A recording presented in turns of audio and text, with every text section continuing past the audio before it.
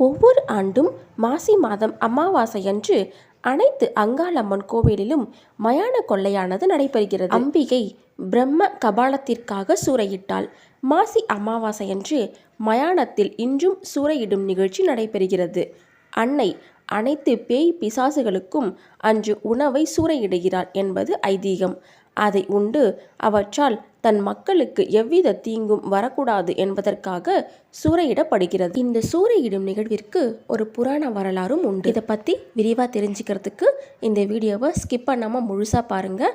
அதோட இப்போ தான் என்னுடைய சேனலை ஃபஸ்ட் டைம் பார்க்குறவங்க ப்ளீஸ் சப்ஸ்கிரைப் பண்ணிவிட்டு பாருங்கள் ஃப்ரெண்ட்ஸ். நீங்கள் கொடுக்குற ஒவ்வொரு சப்ஸ்கிரிப்ஷனும் எனக்கு மிகப்பெரிய மோட்டிவேஷனாக இருக்கும். வாங்க இப்போ வீடியோக்குள்ளே போகலாம். இந்த விழாவின் தொடக்கம் சிவபெருமானுக்கும் பிரம்மனுக்கும் இடையிலான ஒரு புராண சம்பவத்தில் தொடங்குவதாக நம்பப்படுகிறது. சிவபெருமானுக்கு 5 தலைகள் இருப்பதை போல் தனக்கும் 5வது தலை வேண்டும் என்று நினைத்தார் பிரம்மதேவர். ஆகவே சிவபெருமானை நோக்கி தவம் இருந்து வரம் கேட்டு பெற்றுக்கொண்டார். இதனால் பிரம்மாவிற்கும் 5 தலைகள் இருந்தது. ஒரு நாள் பிரம்மா கர்வத்துடன் கைலாயத்திற்கு சென்றார்.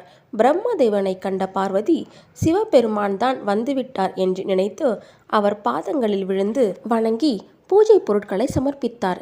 பின்னர் பிரம்மாவின் முகத்தை பார்த்து உண்மை நிலையை தெரிந்து கொண்ட பார்வதி தேவி ஆத்திரம் அடைந்தாள். பிரம்மாவை நோக்கி உன் ஒரு தலை அழிய கடவது என்று சாபம் இட்டார்.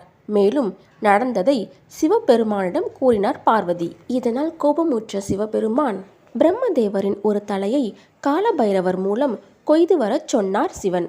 ஆனால் ஒரு தலையை கிள்ளியவுடன் மற்றொரு தலை அங்கே தோன்றியது.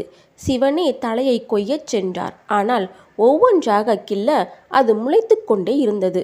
இந்த புதிரை சிவபெருமானால் புரிந்து கொள்ள முடியவில்லை. பின்னர் வெட்டப்பட்டு கீழே கிடந்த பிரம்மாவின் தலைகளை ஒரு கயிற்றில் கோர்த்து கட்டி அதை தன் கழுத்தில் மாலையாக சிவன் அணிந்து கொண்டார். அதன் பிறகு பிரம்மாவின் தலையை வெட்டி அதை கீழே போடாமல் தன் கையிலேயே வைத்து கொண்டார். இப்போது பிரம்மாவின் தலை வெட்டப்பட்ட இடத்தில் புதிய தலை முளைப்பது நின்றுவிட்டது.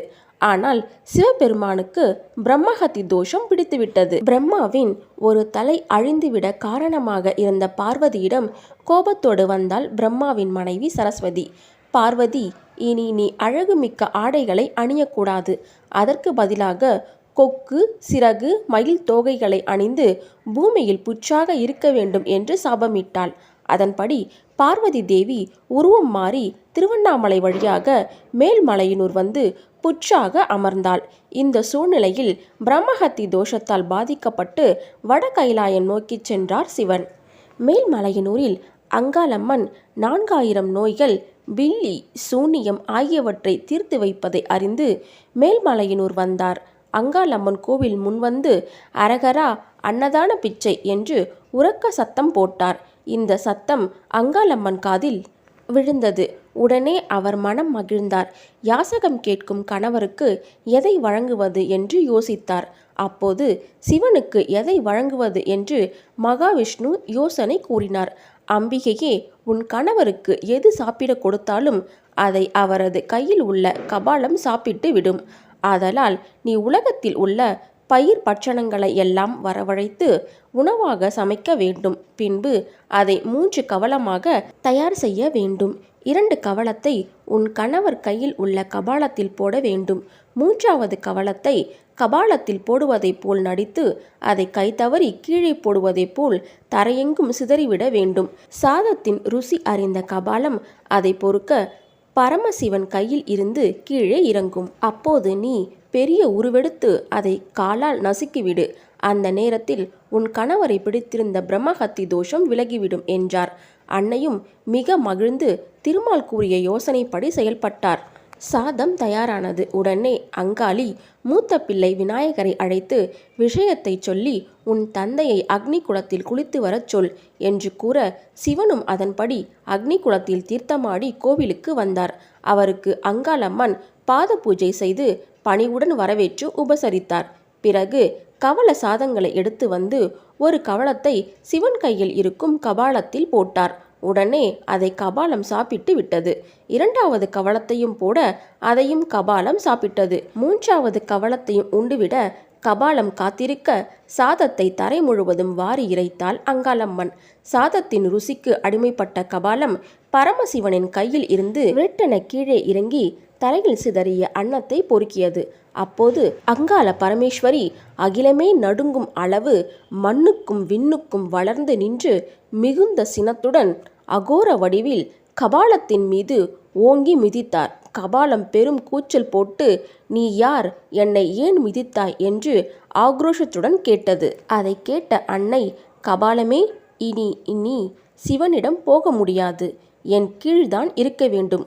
உனக்கு தேவையானவற்றை என்னிடம் கேட்டு பெற்றுக்கொள்ளலாம்" என்றாள். அதற்கு கபாலமும் உடன்பட்டது. இந்த நேரத்தில் பரமசிவனை பிடித்திருந்த பிரம்மஹத்தி தோஷம் நீங்கியது. சுயநிலை வரப்பெற்ற பரமசிவன் ஆனந்த நிலை அடைய பெற்றார். சிதம்பரம் சென்று ஆனந்த தாண்டவம் ஆடினார். அப்போதும் அங்காள பரமேஸ்வரியின் சினம் தணியவில்லை. 30 தேவர்களும் 40,000 ரிஷிகளும் ஒன்று கூடி அங்காள பரமேஸ்வரியின் கோபத்தை தணிக்க தேர் திருவிழா நடத்தினர். அங்காள பரமேஸ்வரி கோபம் தணிந்து சிறிய உருவாக மாறி அந்த ரதத்தில் ஏறி அமர்ந்தார். உரிமை மேளம் முழங்க, மங்கள நாதம் இசைக்க, வான வேடிக்கை ஜாலம் காட்ட பிரம்மாண்டமான முறையில் தேர் திருவிழா நடைபெற்றது. சிவனுக்கு பிரம்மஹத்தி தோஷம் நீங்கியது. மகா சிவராத்திரி அன்றுதான் என்பதால் இக்கோவிலில் மகா சிவராத்திரியை தொடர்ந்து 10 நாட்கள் பிரம்மோற்சவம் நடத்தப்படுகிறது. அப்போது மயான கொள்ளை, தேரோட்டம் நடைபெறும். புத்தி சுவாதீனம் இல்லாதவர்கள், பில்லி, சூனியம், செய்வினை கோளாறு, ஏவலால் பாதிக்கப்பட்டவர்கள் கோவிலுக்கு வந்து அக்னி தீர்த்தத்தில் நீராடி அம்மனை வணங்கி நோய் நீங்கி அவர்கள் நலம் பெறுகின்றனர். மயான கொள்ளை முடிந்து அன்னை புற்று வடிவில் சாந்தமடைந்த பிறகு நடைபெறும் இந்த உற்சவம் மிகவும் விசேஷமானது. ஒவ்வொரு மாதமும் அமாவாசை அன்று நள்ளிரவில் இந்த நிகழ்வு நடைபெறும். அமாவாசை அன்று இரவு சுமார் 11 மணி அளவில் அலங்கரிக்கப்பட்ட அங்காளம்மன் ஊஞ்சல் மண்டபத்திற்கு எழுந்தருளுவார். அப்போது லட்சக்கணக்கான பக்தர்கள் திரண்டு நின்று அங்காளி தாயே என்று முழக்கமிடுவது அந்த இடத்தையே பக்தி பரவசத்தில் ஆழ்த்தும். பரமேஸ்வரி ஊஞ்சலில் ஆடும்போது அங்கிருக்கும் ஓதுவார்கள் மற்றும் பூசாரிகள் அன்னையை புகழ்ந்து தாலாட்டு பாடல்களை பாடுவார்கள். அன்னையின் உக்கிரத்தை தணித்து அவளை குளிரூட்டும் விதமாக இந்த ஊஞ்சல் சேவை அமைகிறது. மேலும் இந்த ஊஞ்சல் உற்சவத்தை காண்பவர்களுக்கு மன அமைதி கிடைக்கும், திருமண தடைகள் நீங்கும், குழந்தை பாக்கியம் கிட்டும். மேலும் இந்நிகழ்வானது ஆன்மாக்கள் இறைவனுடன் கலக்கும் இடமாகவும் பார்க்கப்படுகிறது. தீய சக்திகளிடமிருந்து ஊரை காக்கவும் விவசாயம் செழிக்கவும் இந்த திருவிழா இன்றும் கிராமப்புறங்களில் ஒரு பெரும் கலாச்சார நிகழ்வாக திகழ்கிறது. இதன் மூலம் பிரம்மாவின் ஆணவமும் சிவனின் கோபமும் எந்த அளவிற்கு ஆபத்தை விளைவிக்கும் என்பதையும் உணர்த்துகிறது.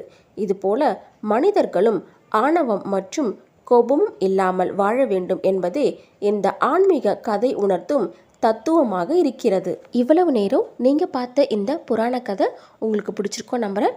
அப்படி பிடிச்சிருந்தா ப்ளீஸ் லைக் பண்ணுங்கள். நீங்கள் கொடுக்குற ஒவ்வொரு லைக்கும் எனக்கு ரொம்ப முக்கியம். அதே மாதிரி சப்ஸ்கிரைப் பண்ணிவிட்டு பாருங்கள் ஃப்ரெண்ட்ஸ். நீங்கள் கொடுக்குற ஒவ்வொரு சப்ஸ்கிரிப்ஷனும் எனக்கு மிகப்பெரிய மோட்டிவேஷனாக இருக்கும். Thank you friends. இதே மாதிரி அடுத்த வீடியோவில் மீட் பண்ணலாம்.